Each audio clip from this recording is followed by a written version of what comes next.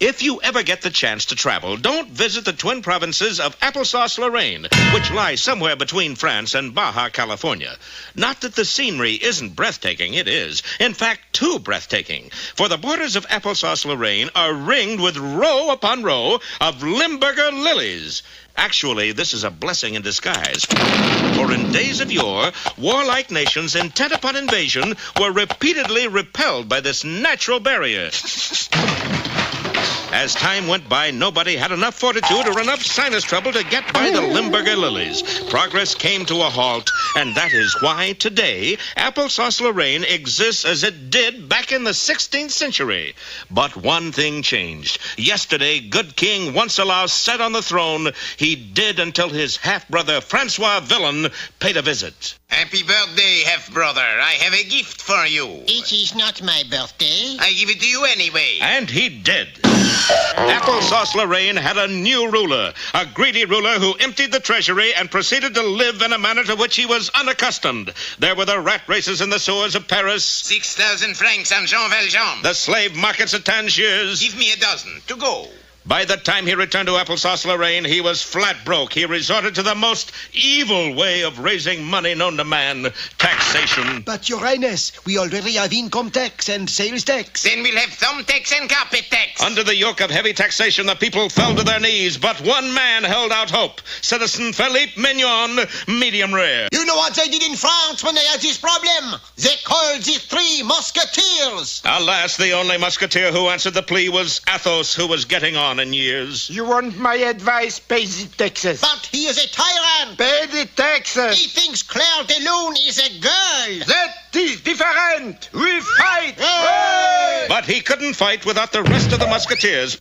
Porthos and Aramis. And as everyone knows, when musketeers retire, they go to live in Colorado. A ticket to Colorado, monsieur. Sorry, I only have one ticket left. Where to? Frostbite Falls, Minnesota. It was close enough, so Athos was on his way. But let us get there before him, for Frostbite Falls, as if you didn't know, is the home of Rocky J. Squirrel and Bullwinkle the Moose. Almost lunchtime, Bullwinkle. How about a barbecue in the backyard? Good idea. I'm in the mood to shish a few kebabs. And when it came to shish kebab, Bullwinkle was a master. With one hand, he blithely tossed onions, tomatoes, and kebabs of meat into the air. Then with the skewer, he parried and thrust like an expert swordsman, deftly impaling each piece in its proper place. Toupee! All this did not go unnoticed, for at that very moment, Athos arrived in Frostbite Falls. Sacre bleu, there is only one person who can handle a sword like that. The old musketeer's eyes weren't what they used to be. Aramis, Aramis, long time no see. What did you call him, mister? Aramis, you are Aramis, aren't you? Yes, I are a moose. You must have mistaken us for someone else. Porthos, you have not changed a bit, a trifle smaller perhaps. Before our friends could gather their wits, And the kebabs, which I dropped. Athos explained his mission. But we're not. I will not take no for an answer. Well, it looks as if we're off on another hair-raising adventure. We'll find out in our next episode entitled Foiled Again or Don't Fence Me In.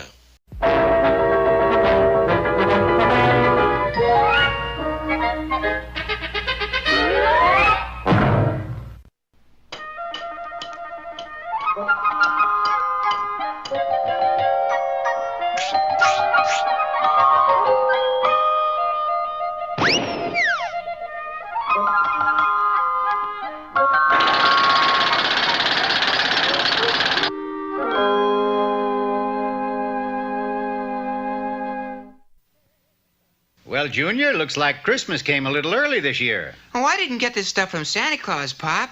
I won it off the kids in the neighborhood. You won it?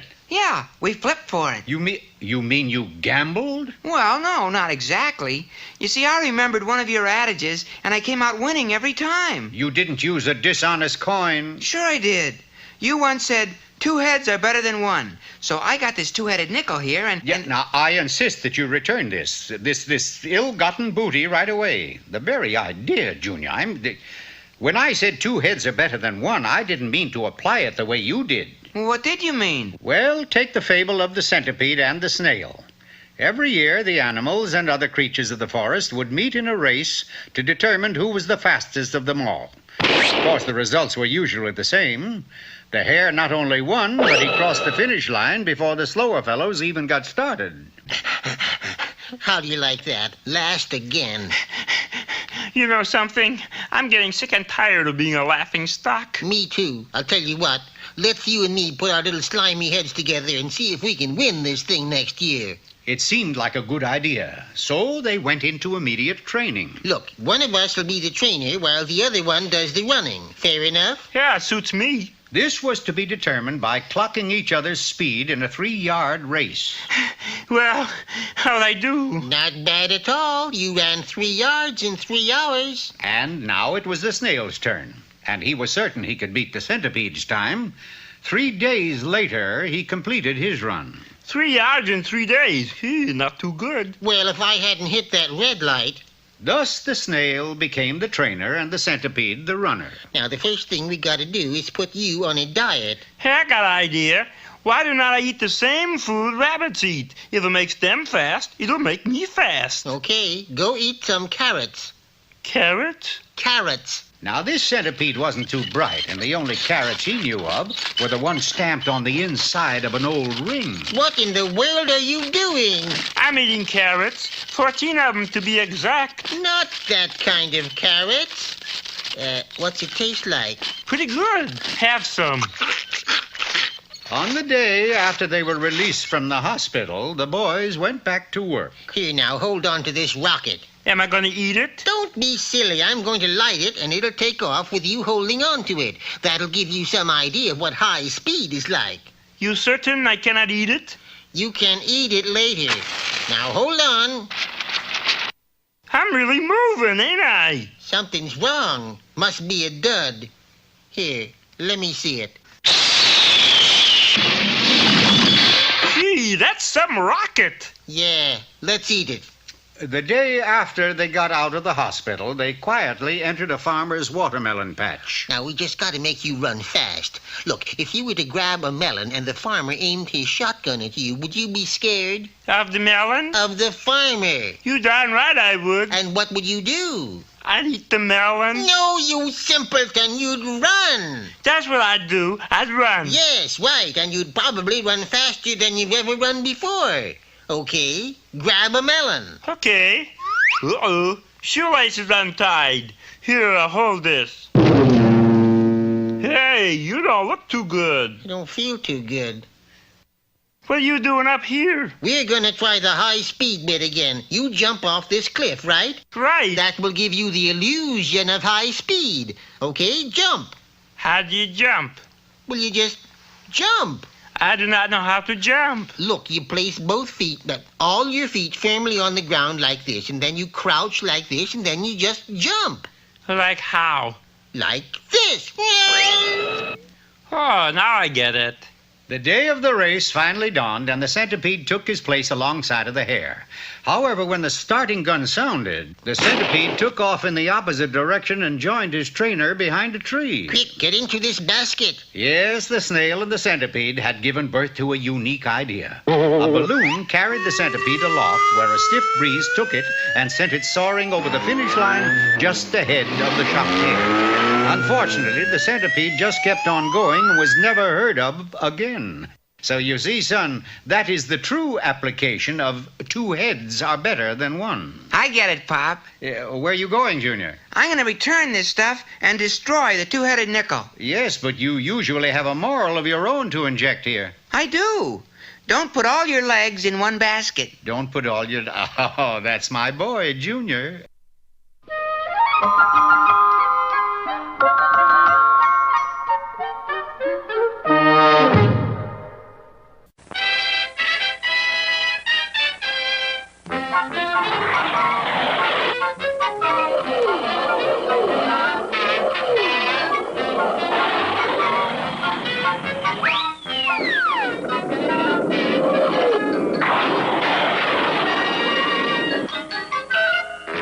There is no joy in Applesauce Lorraine, for in our preceding chapter, the wicked Francois villain lowered the people's morale by raising their taxes. We cannot go on like this. Something must be done. Something was done. They sent for the three Musketeers.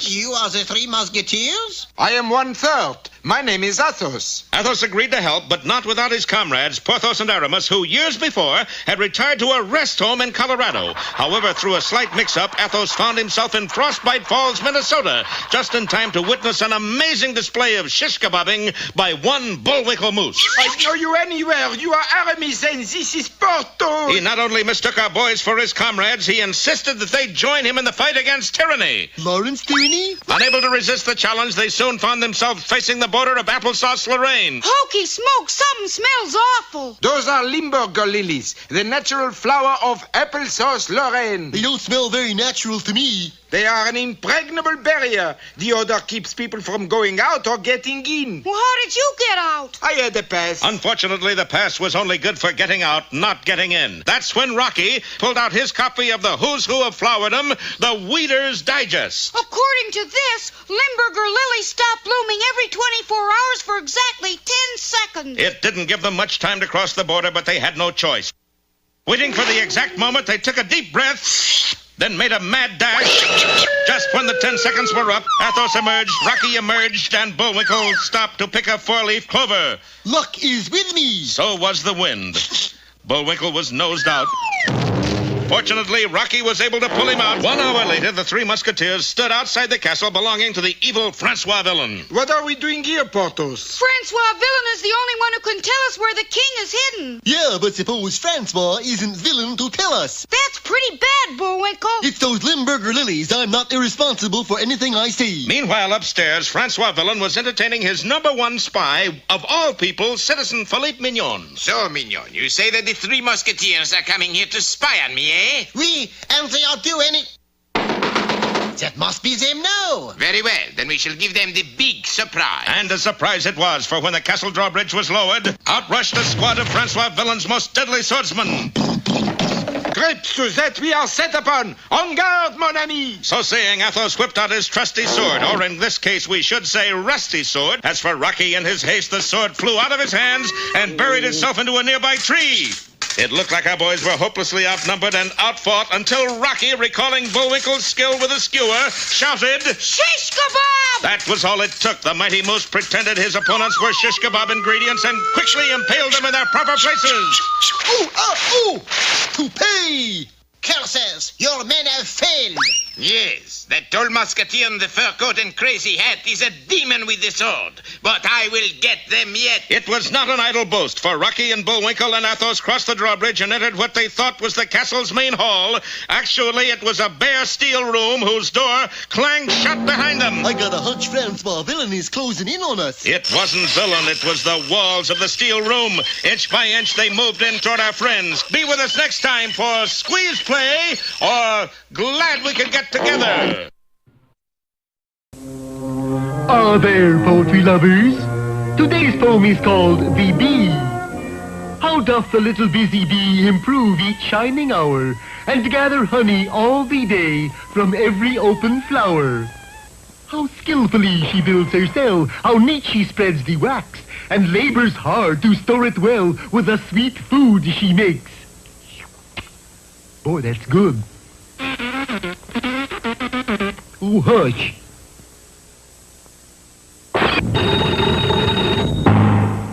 Uh-oh. Touchy, aren't they? Oh! In works of labor or of skill, I would be busy too. For Satan finds some mischief still for idle hands to do.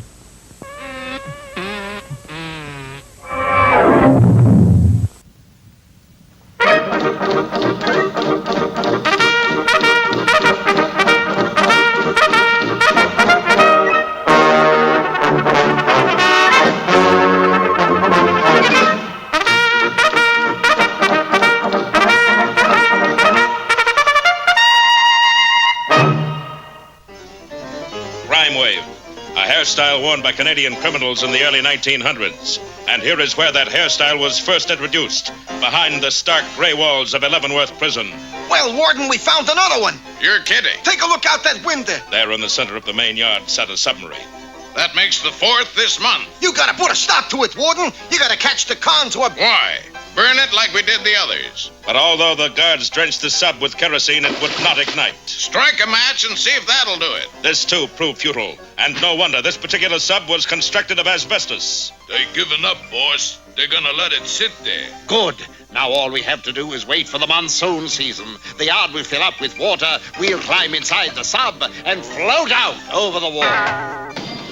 The man who just said that is Snidely Whiplash. They claim the only man to ever escape this foul edifice broke out in a rash. Well, Whiplash will show them. Quick, Rollo, to the workbench. We must construct a torpedo. The warden knew that something was up when the submarine did not go away, so he promptly put in a collect call to the nearest mounted police post. And I'm sure Inspector Fenwick would like to hear all about it. He's taking a bath right now, but you hold on and I'll... Phone call for you, Inspector. Oh, drat. Just as I was about to sink the Lusitania. Give it to me, Do-Right. The Mountie who almost electrocuted his commanding officer is our dauntless hero, Dudley Do-Right. Your bathwater must be tepid, sir. You turned blue for a second. Do-Right, you're a blithering blatherskite. Why, Inspector, I'm shocked. You're shocked? Here, take this phone call and tell me what he wants. I've got a naval engagement on my hands. It took Dudley 3 hours to get all the information. A submarine in the prison yard, eh? Sir, you mentioned that a Mountie acting undercover could get into the prison and expose the whole thing. Sir? I know just the man. Who? You. Me? Yes, you have experience behind you, sir. Besides, it's my turn to use the tub. As usual, Dudley was wrong. It was his horse's turn. So our hero left for Leavenworth, and in less time than it takes to tell, was in conference with the warden. Well, I must admit, Constable, your plan is brilliant. Of course it is. I shall pretend I am a criminal and share his cell. What about your uniform? Won't he suspect? Suspect what? You're right. Good hunting, Do-Right. Oh, I'm not going hunting, Warden. I'm just going into... Good luck, Do-Right. Under escort, Dudley went to cell 506 and took his place next to Whiplash and Rollo. Good afternoon, fellow cons. Egad, unless my beady eyes have gone back on me, that is a creature named Do-Right. But I must make sure. What did they send you up for, stranger? Pickpocketing, sir. You might say I'm up for grabs. That's Do-Right, and we must get rid of him. Hand me the torpedo. But before Whiplash could strike, the skies blackened and a torrential downpour cascaded into the prison. It's the monsoon, Chief. We can lay him out of here. Using Dudley as a battering ram, Whiplash smashed through the wall. In the immortal words of Frank McHugh, anger's away! You take the torpedo, Rollo, whilst I exterminate Lorna Doone here. You can't exterminate me, Whiplash, but I have gone stir-crazy. It was true, most men felt the effects of prison life after years of servitude, but Dudley was not most men. I am Lorna Doone. Whiplash, Rollo, the torpedo, and Dudley waded through the knee-deep waters and got aboard the sub. You in the sub. Come ashore or we'll open fire. They seen us, boss. Curses, another minute and we'd be over the wall. Lorna. Yes, Skipper? Fire a torpedo through the main gate. Dudley was not himself. Dudley was never himself, or else he would never have done what he did. He's putting the torpedo in backweights. No one's that dumb. The torpedo was fired into the submarine. That's when the highest-ranking officer in the Canadian Navy stepped into the yard. It's Admiral Dewey Dare. What's going on in here? We've just put down a prison break. Prison break? This is a submarine base, and you've just destroyed our biggest sub. I thought this was Leavenworth Prison. Leavenworth was condemned 30 years ago. The warden got 20 years for subversive activities. He, Whiplash, Rollo, and Dudley all shared the same cell. But they weren't alone. What are you doing here, Inspector? I got 10 years for sinking the Lusitania. What about my horse? He's on probation.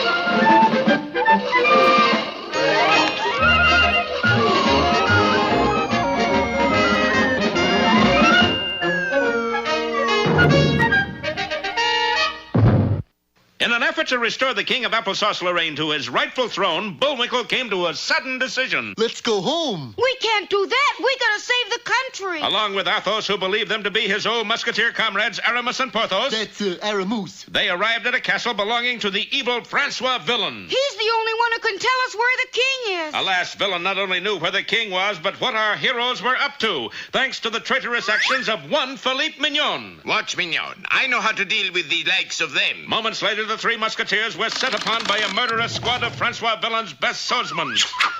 All would have been lost had it not been for Bullwinkle's unorthodox but most effective ability at skewering shish kebab. In the end, our heroes emerged victorious. Sacre bleu, Aramus, you are a master swordsman. Wasting no time, they entered the castle only to find themselves suddenly trapped in a steel room with the walls closing in on them. Small world, isn't it? And it's getting smaller all the time. I wish I was in Dixie. Closer and closer the walls came until... Bullwinkle, do something! Right, porthole. What are you doing with a yo-yo at a time like this? This is the way I always wanted to go. Nero fiddle while Rome burns. Toby wing. Oh, for gosh sake! Oddly enough, it was the yo-yo that saved them, for just overhead, looking down through a metal trapdoor... Why did you stop the presses? Because, idiot, I have never seen a yo-yo. Then how did you know it was a yo-yo? Look at it. What else would you call a thing like that? Remarkable. How much do you want for this? You can have it for nothing if you give us jobs as cooks. The price is right. But Francois, they are spies. Well, hello there, Mr. Mignon.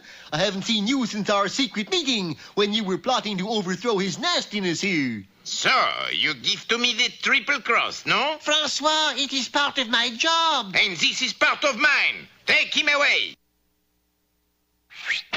Thus, Philippe Mignon found himself behind bars while the three musketeers found themselves in the scullery preparing the evening meal. What are we going to cook, Rock? Francois' goose, I hope. That should have been my line, Rock. But there was no time to switch, for the plucky squirrel immediately set about the task of baking a huge cake. Put these eggs in a bowl and beat it, Bullwinkle. Right! By the time Bullwinkle got back, the cake was completed. Now, here's the plan. One of us will get inside the cake, and when it's on the table, he can overhear where Francois is hiding the king. Well, seeing as how I always put my foot in it anyway, this time I'll put in the whole moose. Step aside.